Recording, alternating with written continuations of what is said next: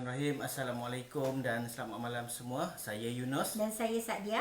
Kami merupakan master dealer di Public Gold dan kepakaran kami adalah membantu individu yang sering tidak dapat menyimpan wang kepada cara yang lebih efektif, iaitu demi mencapai matlamat masa depan yang lebih baik dengan membina dana persaraan dan dana pendidikan anak-anak. Okey, untuk malam ini kami ingin berkongsi dengan anda semua, iaitu tajuk yang kita akan bincangkan adalah 5 tips membeli barang kemas 916.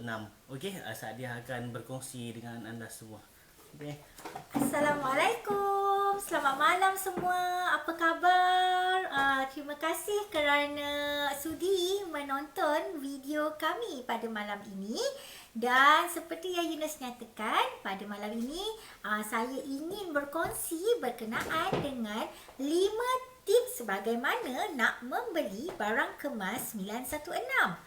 Barang kemas ada 916 je ke? Tak, bukan. Barang kemas ada banyak, tetapi ada banyak grade. Dan sebab itu, untuk sesi kali ini kita akan kongsikan yang mana lebih fokus kepada barang kemas yang paling glamour, paling popular di Malaysia, iaitu barang kemas 916. Jadi sebelum kita mulakan sesi pada malam ini, saya suka nak memohon pada rakan-rakan, ahli keluarga untuk berkongsi video ini di Facebook anda. Jika anda ada page, bolehlah kongsikan di Facebook page anda. Dan jika kawan-kawan ada Facebook group, boleh kongsikan di grup-grup anda supaya lebih ramai orang dapat akses mengenai ilmu percuma yang kami kongsikan berkenaan dengan emas. Dan jangan lupa untuk follow Facebook page ini, dan juga kalau anda melihat daripada YouTube, boleh juga follow kami di YouTube. Boleh tinggalkan komen di bahagian bawah agar jika terdapat sebarang persoalan yang boleh saya ataupun Yunus jawab pada sesi ini ataupun selepas FB Live, kita boleh jawab dan memberikan bimbingan kepada yang mana-mana yang memerlukan sebarang maklumat tambahan. Okey, baiklah. Hari ini saya nak mulakan dengan tips yang pertama, bagaimana nak membeli barang kemas 916. Jadi sebentar ya, kita share screen. Okey, sebentar. Okey, ini dia tajuknya 5 tips membeli barang kemas 916. Dan tips yang pertama adalah, pastikan grade barang kemas yang hendak dibeli. Jadi kalau kita nak beli barang kemas, walaupun kita pergi ke kedai emas ataupun beli secara online, sekarang ni dah orang kata kalau 10 tahun lepas mungkin tak glamour sangat orang beli secara online. Tapi zaman sekarang ni memang kebanyakannya beli secara online sahaja. Jadi kita kena pastikan grade barang kemas itu adalah seperti yang kita hendak. Jadi selalunya kalau barang kemas ni, dia terdapat beberapa grade. Jadi saya nyatakan kita kalau tengok dalam slide tu, kalau katakanlah emas 999, iaitu adalah emas 24K. Ada ya barang kemas yang memang dalam kualiti 999 ni. Kalau kawan-kawan dah pernah tengok FB Live saya yang sebelum ni, saya pernah kongsikan pengalaman saya memakai barang kemas 999. Okey. Dan yang paling glamour, yang paling ramai orang gunakan, orang pakai, orang beli adalah emas 916 ataupun dikenali juga dengan 22K. Walau bagaimanapun, ada juga emas yang bergrade lebih rendah daripada 916. Contohnya adalah emas 750 iaitu 18K, emas 375 iaitu 9K. Kalau katakanlah kawan-kawan pergi ke luar negara, kalau pergi ke negara Eropah, saya bagi contoh ya, barang kemasnya kalau nak jumpa yang berkualiti 916 ataupun 22K ni memang sukar. Terutama kalau yang jewelleries dia, yang orang yang pemilik kedai tersebut adalah orang yang memang berbangsa Eropah. Mereka lebih suka kepada emas 18K kerana dia punya ketahanan bagi emas tersebut. Jadi kalau katakanlah beli barang kemas nak beli kat Eropah, kalau nak pergi, carilah kedai yang pemiliknya orang Turki. Kerana kalau dapat jumpa kedai barang kemas orang Turki ni, selalunya dia akan ada koleksi untuk emas 916. Tapi even kalau emas 999 pun jarang. Kalau katakanlah anda pergi ke negara Asia, saya bagi contoh, katalah pergi Indonesia ataupun anda pergi ke Thailand, yang itu memang mudah untuk dapatkan emas 916 dan 999. Saya bagi contoh, kalau katakanlah kawan-kawan pergi ke bahagian Afrika, katakanlah pergi ke South Africa ataupun pergi ke Morocco, pergi ke Algeria, yang itu pun kalau nak ikutkan negara-negara Afrika ni, dia bukannya glamour sangat emas 916 ni. Dia lebih kepada emas 18K. Yang ini yang kena tahu. Jadi kalau katakanlah, ni kita bercakap tentang emas di Malaysia pula. Kalau beli emas di Malaysia, kita kena pastikan grade yang emas kita pilih tu adalah grade yang betul. Jadi kalau katakanlah beli dekat online, dia akan bagi tahu description butiran berkenaan dengan barang kemas tersebut dengan nyata. Dia akan beritahu berapa percentage, sama ada dia letak 22K ataupun dia letak 916 ataupun dia letak 91.6%. Yang itu maksudnya memang barang kemasnya adalah 916. Kadang-kadang dia letak 999. Jadi kita tahu. Kita tahu maksudnya kalau barang kemas tu mengikut percentage, kena faham bahawa itulah kualiti yang kita hendak. Jadi kalau katakanlah kita pergi ke kedai emas, kita boleh semak boleh semak kalau katakanlah beli rantai tangan, atau kalau rantai tangan selalunya dia akan berada di bahagian sini bahagian tempat yang cangkuk ni, dia akan ada selalunya dia punya chop mohornya, chop rahsianya, dia letak 22 ataupun dia akan letak 916. Kalau beli cincin kalau beli cincin kat mana nak tengok? Selalunya kita tengok kat bahagian dalam. Kat bahagian dalam ni, bahagian dalam cincin tu dia akan ada nyatakan kat mana grade tersebut. Jadi kalau pergi kat barang kedai emas, boleh semak, pastikan grade-nya adalah grade yang tepat. Kalau beli kat online, maksudnya dah beli, dah semak grade tersebut, pastikan grade tersebut adalah sama seperti yang di order ataupun semasa tempahan dibuat. Kalau katakanlah beli rantai tangan, ini bukan rantai tangan, ini rantai leher kalau rantai leher, kat mana nak disemak? Dekat dia punya cangkuk dia. Dekat cangkuk penyambung dia tu pun dia akan selalunya akan chop kat situ.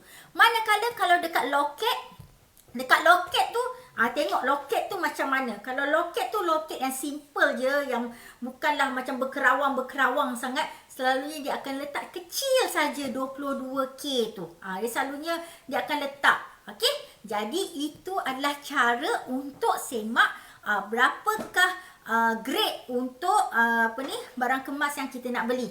Dan paling penting, kalau tengok kat dalam grade tu, tiba-tiba dia tak ada tulis-tulisan, dia tak ada tulis apa-apa, tetapi dia ada tulis GP ataupun yang tulisan-tulisan lain, hati-hati. Kerana kalau yang macam tu, kemungkinan besar ianya bukannya emas. Yang itu kadang-kadang dia gold plated. Kalau GP tu gold plated, maksudnya dia hanyalah saduran. Okey. Jadi kena pastikan barang kemas sebelum nak beli, pastikan mempunyai grade yang betul. Jadi barulah kita confident bila nak beli tu barang kemas yang tepat. Okey. Jadi kenapa kita kena tahu grade? Kerana ianya sangat bersangkut paut dengan tips yang saya nak kongsikan yang nombor 2. Okey, apakah dia tips yang nombor 2? Sebentar saya kongsikan. Okey, yang kedua, semak harga emas per gram dan juga kos upah. Yang ini sangat-sangat penting ya, kerana kalau kita tak tahu berapa grade emas yang kita beli, nanti tak tahu pula berapa harga per gram emas yang kita beli. Jadi kadang-kadang kalau kita pergi ke kedai emas, dia akan nyatakan secara jelas ya berapa grade, berapa harga emas yang dijual tersebut. Namun ada juga kedai-kedai yang tidak dinyatakan secara jelas. Jadi kena tanya. Kerana apa? Kalau dia akan mempunyai barang kemas yang berbeza, grade yang berbeza, harganya juga adalah berbeza. Jadi kalau katakanlah beli barang kemas 916 dengan barang kemas 999, ada ya barang kemas 999. Jadi dia punya kualiti dia, grade-nya berbeza dan harga emas 999 adalah lebih mahal berbanding dengan harga emas 916. Yang ni harga per gram dia. Jadi sebab tu kena pastikan berapa grade tu dan ianya akan merangkumi juga kepada harga barang emas, barang kemas tersebut. Jadi kena pastikan. Dan yang paling penting adalah untuk dapatkan juga kos upah. Kena tanya. Kerana kalau katakanlah barang kemas tersebut yang jenis yang simple, jadi simple lah. Simple, kos upahnya tak mahal. Kalau barang kemasnya macam berkerawang, macam banyak sangat berkerawangnya kan. Saya tak boleh nak contoh lah yang ni. Yang ni pun kira macam berkerawang juga sikit lah. Dia punya kos upah dia akan lebih tinggi sedikit. Jadi ada kedai yang dia meletakkan kos upahnya berbeza mengikut design, mengikut reka bentuk. Dan kos upah ini ada yang dia mengikut gram, ada yang dia ikut suka hati. Suka hati kedai tu je nak letak kos upah dia berapa. Dan yang paling seronoknya, janganlah sama-sama kita tertipu apabila ada orang kata, oh ini adalah barang kemas daripada kilang, fresh daripada kilang, lepas tu tiada kos upah. Yang ini adalah klausa-klausa yang kita kena berhati-hati. Kerana apa? Kalau katakanlah ada orang yang belikan barang kemas yang memang tiada kos upah ni, maksudnya sama ada pelbagai kita kena ambil tahu. Sama ada kos upah tersebut telah dimasukkan ke dalam harga emas itu sendiri. Maksudnya bila dia kata harga emas hari ni, saya hanya bagi contoh ya, RM220 per gram untuk emas 916. Dan yang ini adalah dah tak ada kos upah lagi dah. Tapi kalau pergi kat luar, katakanlah ada kedai yang menawarkan, sebenarnya harga untuk barang kemas tersebut adalah RM210. Untuk kos upahnya adalah RM30 per gram. Yang ini adalah sebagai contoh sahaja. Jadi kalau katakanlah harga emas tu kadang-kadang dia kata, harga emas ni RM270 916. Tapi tak ada kos upah. Maksudnya dia dah masukkan sekali kos upah tersebut ke dalam barang kemas tersebut. Jadi kalau katakanlah bila ada pekedai cakap, yang ini harga emas ni 220, tak ada kos upah, hati-hati juga kerana kadang-kadang itu adalah barang kemas second hand. Jadi dia dah ambil untung apa semua tu, dia dah tak masukkan lagi kos upah. Jadi sebab tu bila kita sebagai pembeli yang bijak, kita kena tanya, kita kena ambil maklum supaya kita mendapat hasil belian yang memuaskan hati. Kerana kalau tak ambil tahu, ada pula ada yang mengambil kesempatan kata tiada kos upah, tetapi sebenarnya dia jual barang second hand. Maksudnya barang kemas tu bukan yang fresh daripada kilang. Ada juga yang dia kata, harga emas ni adalah sekian. Harga emasnya sangat murah, tetapi sebenarnya emas yang anda beli bukan grade 916, tetapi adalah grade 750. Tapi dijual dengan harga grade 916. Jadi sebab itu, kita sebagai pembeli yang bijak kena ambil tahu benda-benda faktor-faktor sebegini kerana harga, grade dan kos upah adalah tiga perkara yang berbeza dan ianya sangat-sangat memberi penentuan kepada harga barang kemas yang kita nak beli tersebut. Kerana apa saya nyatakan macam ni?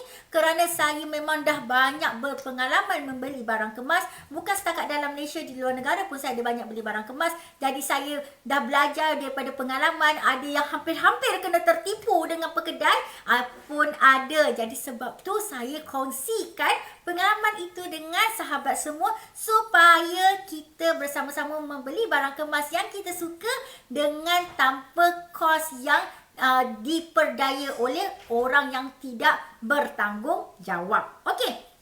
Baiklah, itu adalah faktor yang kedua, tips yang kedua. Jadi sekarang ni saya nak kongsikan pula dengan rakan-rakan semua tips yang ketiga, pilih macam mana kita nak pilih barang kemas pula. Okey, jadi sekarang ni saya kongsikan. Okey, boleh nampak ya? Okey, tips yang ketiga adalah pilih barang kemas yang tumpat ataupun yang padu. Kenapa kita nak beli barang kemas yang tumpat ataupun padu? Yang ini sangat-sangat penting ya, kerana kalau kita beli barang kemas, okey, kita beli barang kemas ni kalau yang hollow macam yang ini sebenarnya dia bukan padu ya. Yang ni dia sebenarnya hollow. Jadi bila dia barang kemas yang hollow ni dia kena hati-hati bila pakai. Kerana apa? Dia senang kemik, dia senang putus jika tidak dipakai dengan baik, jika tidak dijaga dengan baik. Kalau barang kemas yang padu, dia akan lebih kukuh, tahan lasak, payah nak patah, payah nak putus, nak bengkok ke apa, rosak dan lain-lain tu dia payah. Contoh yang saya punya yang padu yang macam ni. Yang ni dia kalau bahagian dia punya pearls dia ni memang dia hollow lah. Tapi dia punya rantaian dia sendiri tu dia memang padu. Jadi dia memang bagus. Kalau yang mana yang padu, macam ini pun dia macam berkerawang sikit. Tetapi dia adalah padu. Jadi bila padu ni, bila pakai, dia kita buat pakai lasak kan. Setiap hari pakai, tak ada masalah dan tak ada risau dia putus ke apa. Kalau macam yang hollow ni saya pakai occasionally je lah. Pasal apa? Bila katakanlah kita hari ni nak buat FB live, jadi saya pun pakai. Kalau tak, saya tak pakai lah. Tak payah pakai. Jadi hanya masa occasion saja yang kita pakai. Itu perbezaan apabila kita beli yang hollow ataupun yang padu. Lagi satu, kalau boleh elakkan beli yang barang kemas yang hollow macam ni. Kerana apabila kita nak pergi gadai ataupun nak pergi pajak di Arahnu, bila dia buat kiraan untuk dia pakai densimeter dia akan semak ketulinan barang kemas tersebut. Jadi kalau yang hollow ni dia pandai bacaan dia terdapat ralat. Ralat tu apa? Maksudnya ralat tu dia bukan bagi kejituan yang tepat. Jadi katakanlah masa beli, kita memang tahu itu adalah 916, tetapi bila kita semak dengan yang densimeter tu, orang yang dekat kedai pajak tu kata yang ini bukan 916 ni, yang ini adalah 20K. Dia turunkan satu ataupun dua grade emas yang kita beli tu. Jangan pula kita terkejut, kerana bila kita tengok barang kemas yang kita beli tu, katakanlah dia hollow, dia bila dia pakai densimeter tu dia terdapat kesedikit ralat. Bila dia tidak memenuhi peratusan macam 916, jadi dia akan jadi turun. Jadi orang yang pajak tu akan memberikan yang paling tertinggi dia boleh bagi, dan sudah semestinya dia dah tak ambil 916 kerana bila alat tersebut tidak memberikan bacaan bahawa barang kemas tersebut adalah 916. Jadi sebab tu kita kena ambil tahu apabila kita nak buat pajak, bila kita beli barang kemas yang pertama tu, kita tahu perkara-perkara begini. Kerana apabila dia menggunakan peralatan tersebut, alat tersebut dia akan dia akan semak untuk semua barang kemas tersebut, dan mungkin ada yang bahagian hollow-hollow tu yang menyebabkan dia punya bacaan tu terdapat ralat. Bila dah terdapat ralat, jadi maksudnya walaupun kita tahu kita beli barang kemas itu 916, tetapi bacaan pada densimeter itu tidak menunjukkan pada nombor peratusan yang sama. Itu sangat penting. Jadi sebab itu, pilihlah barang kemas yang tumpat ataupun padu. Itu adalah pilihan yang terbaik untuk semua wanita di luar sana. Okey, jadi sekarang ini saya dah kongsikan tips yang ketiga. Jadi sekarang saya nak kongsikan pula tips yang keempat untuk membeli barang kemas 916. Okey, apa dia tips yang keempat? Sekejap Alright, okey, boleh nampak tak? Okey, sekarang ni yang tips keempat, cuba elakkan beli barang kemas yang ada batu permata.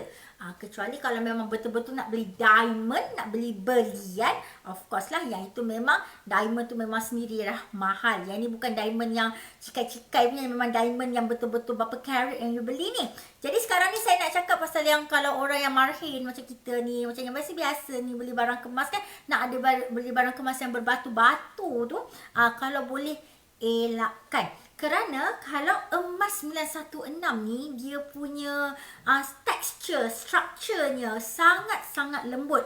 Dan apabila emas 916 ni dibawa sekali dengan batu permata, selalunya emas 916 ni dia tak dapat memegang batu permata tersebut dengan baik. Jadi sebab itu selalunya pekedai-pekedai ataupun orang yang tukang emas ni, kalau dia buat cincin ke apa yang ada batu-batu permata ni, dia akan gunakan grade quality emas yang lebih kuat dan selalunya adalah 750 ataupun 18K. Jadi oleh itu, kalau nak beli batu permata punya cincin ke apa ataupun barang kemas yang ada batu permata, kena semak betul-betul. Pasal apa? Ada juga insiden ataupun secara marketingnya, pekedai masih lagi jual barang kemas 750 dan menggunakan harga 916.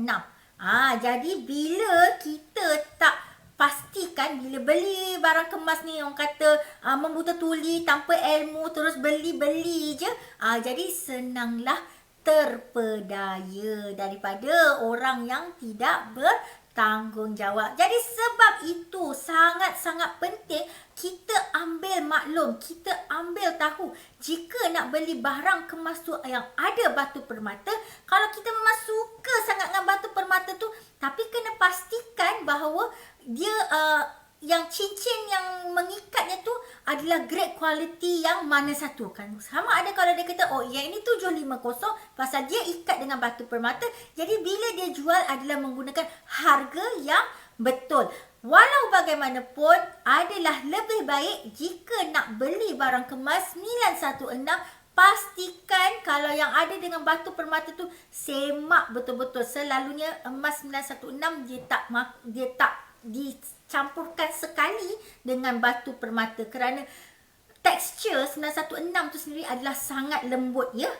Jadi janganlah tertipu. Kita nak pastikan kita beli barang kemas yang betul, yang tepat, dengan harga yang betul juga, dan kita tidak terpedaya apabila tersalah beli. Dan lagi satu, kalau barang kemas tu ada batu permata ya, katakanlah kita terdesak tengah-tengah bulan ataupun adalah perkara-perkara di luar jangkaan yang memerlukan duit lebih. Jadi bila kita nak gadaikanlah barang kemas kita tu, kata contohlah nak gadaikan cincin dan cincin tu ada batu permata, nanti perlu congkil ya, batu permata tu perlu dikeluarkan untuk dia hanya timbang emas sahaja. Jadi kat situ dah terdapat satu kerugian juga. Jadi kalau belikan barang kemas ni, saya bagi pendapat peribadilah, barang kemas ni adalah simpanan juga. Jadi kalau katakanlah saya terdesak, at least saya ada barang kemas untuk digadaikan ataupun untuk dijual, dan saya akan gadaikan dijual sekali one go ni. Jadi dia tak ada nak kena korek-korek ke dia punya batu permata, tak ada. Jadi dia akan ambil barang kemas tersebut sebagai the whole adalah emas 916. Yang ini adalah tips yang sangat-sangat penting untuk rakan-rakan ambil tahu dan ambil maklum. Okey, sekarang ini adalah tips kita yang keempat bila beli barang kemas. Jadi sekarang ni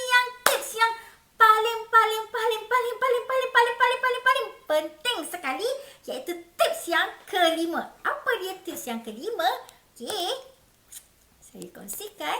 Alright, tips yang kelima adalah simpanlah resit belian tersebut. Yang ini sangat-sangat penting ya, kerana apabila kita dah beli barang kemas harga ribu-riban, jadi harganya sangat mahal, simpan resit tersebut.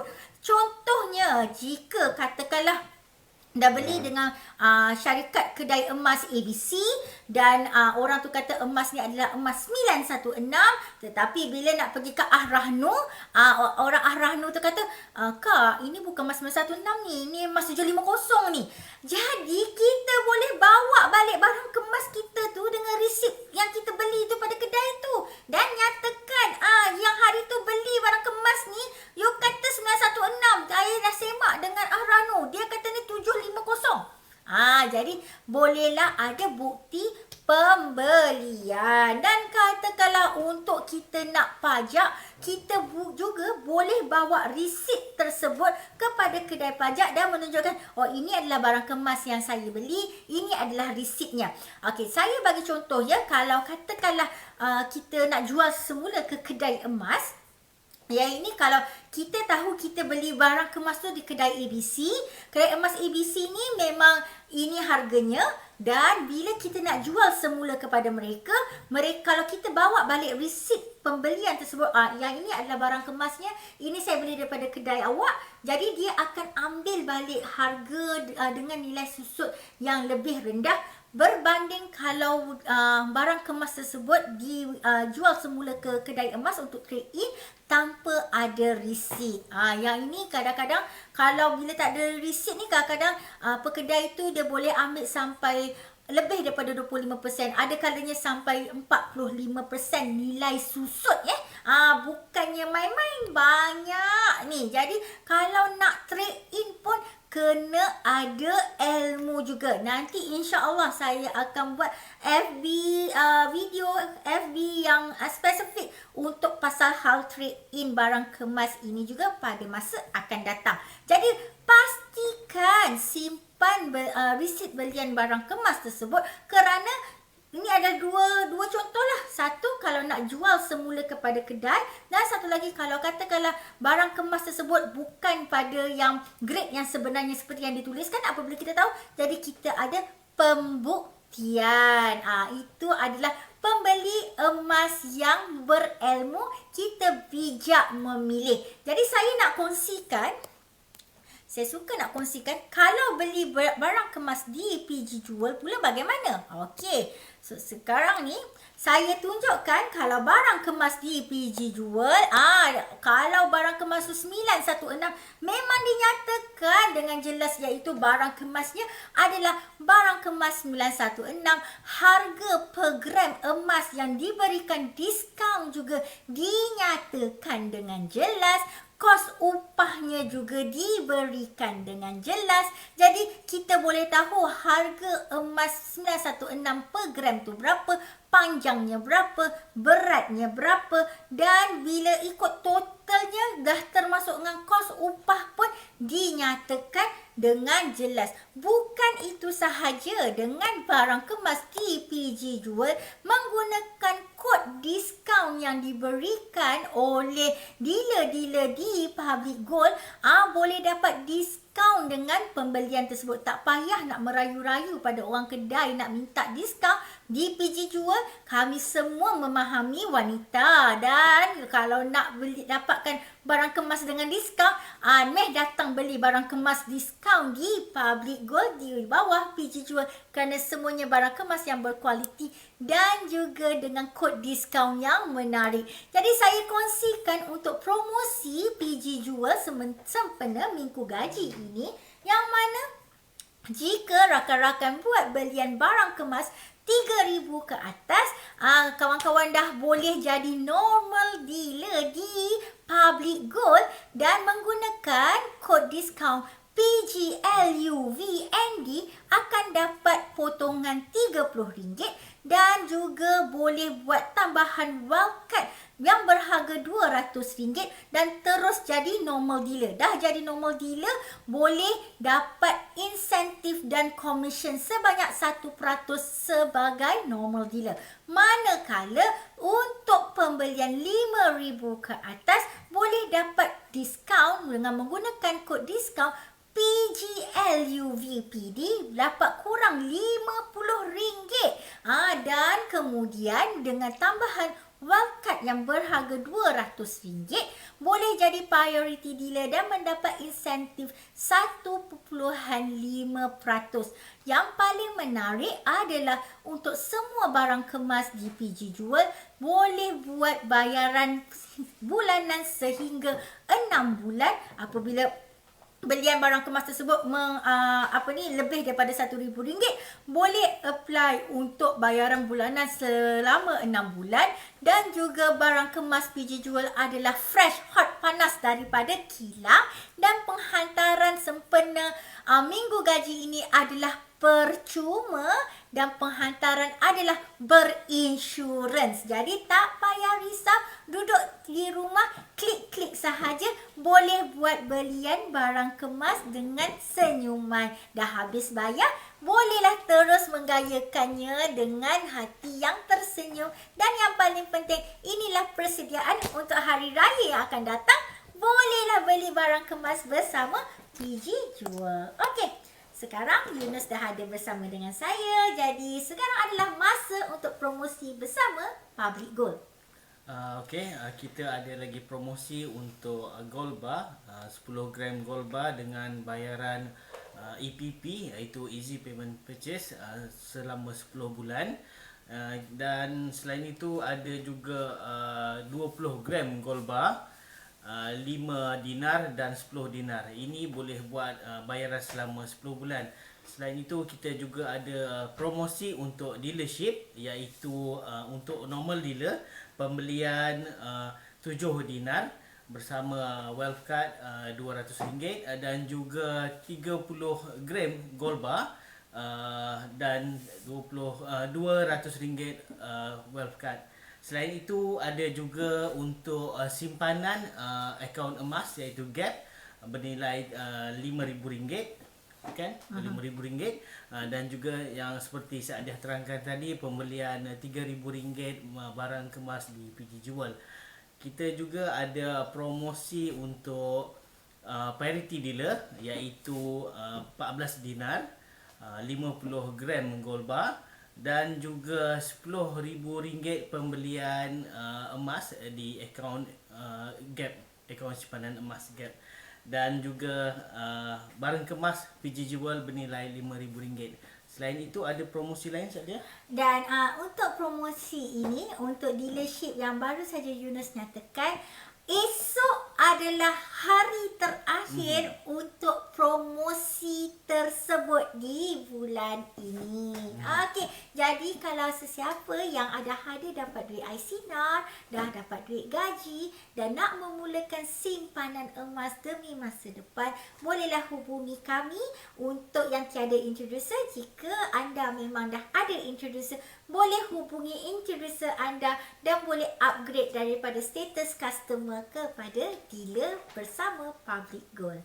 Okey, itu saja dari saya pada hari ini.